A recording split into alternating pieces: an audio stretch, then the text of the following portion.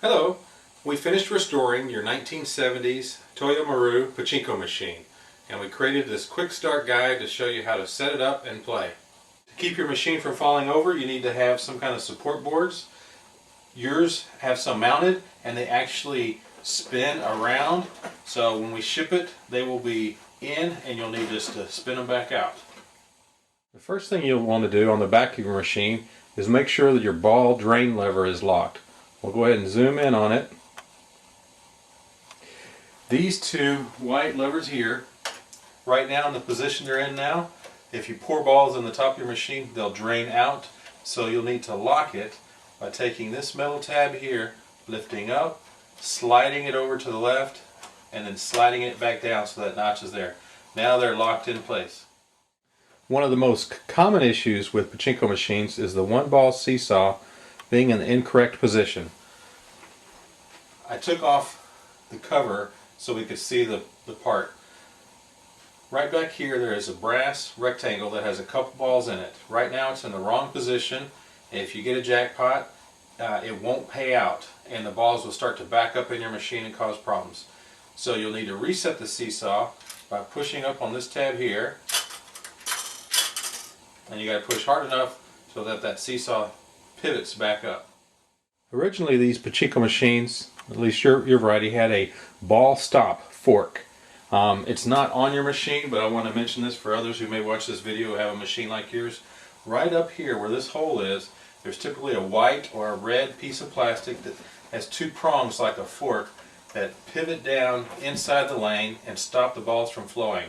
So if you have that part, you just want to lift it up so that the forks are out of the way and balls can roll through the machine. Now hook up the battery. You can just take the terminal and swing it up and you can snap it into position.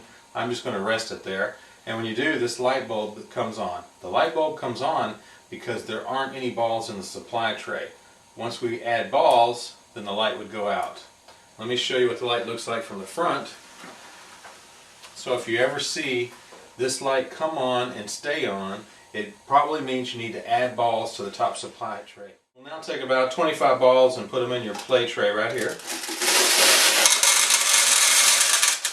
4 balls, about 300 into your supply tray. They'll run down this track, make this turn down the lower track, and they will enter into the jackpot assembly here and stop.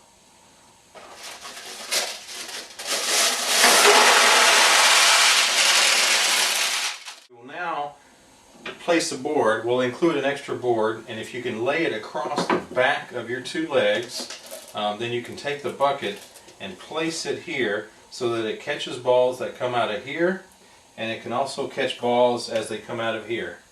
So center that there. The way you play Pachinko is you're going to pull down on this flipper here. You'll pull it all the way down and then let go. And when you let go, it'll launch the ball. As you launch the ball, it will roll up this metal track here. It'll come all the way up, and then it'll go out across the play field, and over on the right there is a bumper here. It'll hit that bumper and then it'll bounce back, and then it'll start to fall down and ping off these nails. Now these round circles are spinners. They redirect the ball, so it'll hit a spinner and then go one direction or another. And if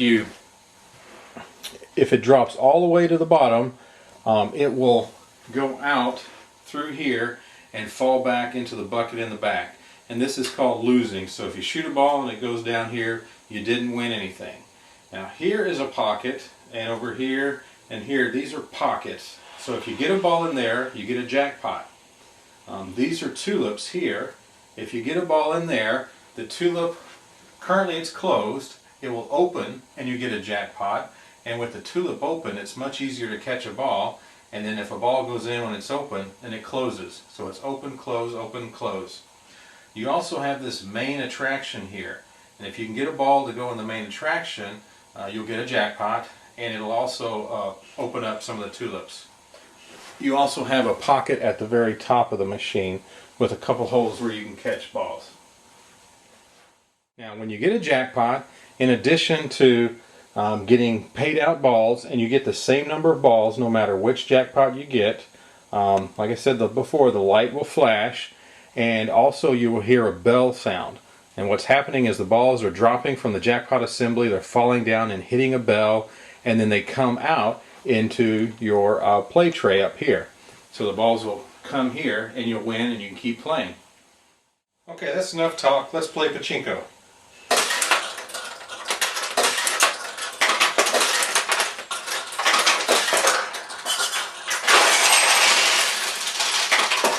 Okay, we saw a ball go through this pocket and we got paid out a jackpot. The lights flashed and you heard the bell ring.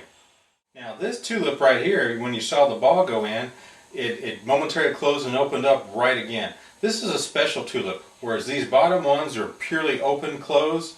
This is open, stay open, and then close. So you can actually get more jackpots with this one because it's open more often.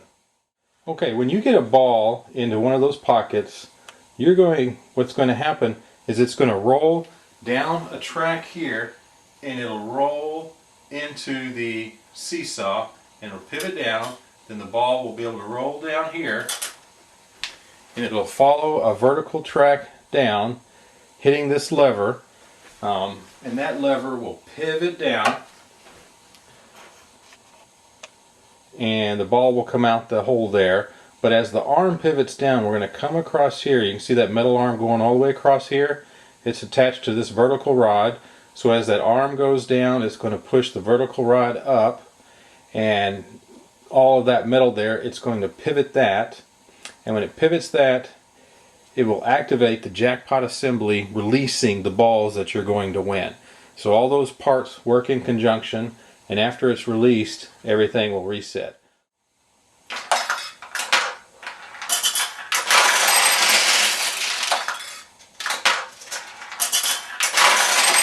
How a jackpot works. As you can see, balls are starting to fill up here. Now once you've got a whole bunch of jackpots, they won't go into the front tray anymore. They'll actually, instead of hitting this bell, they'll come over this way and they'll fall down and hit this bell, and they'll go to the lower receiving tray up front. Now there's another part here on the back I want to explain, and that is these metal arms here. So if you have balls in your supply tray, they're activating the levers. Now if you run out of balls, then this will pivot up.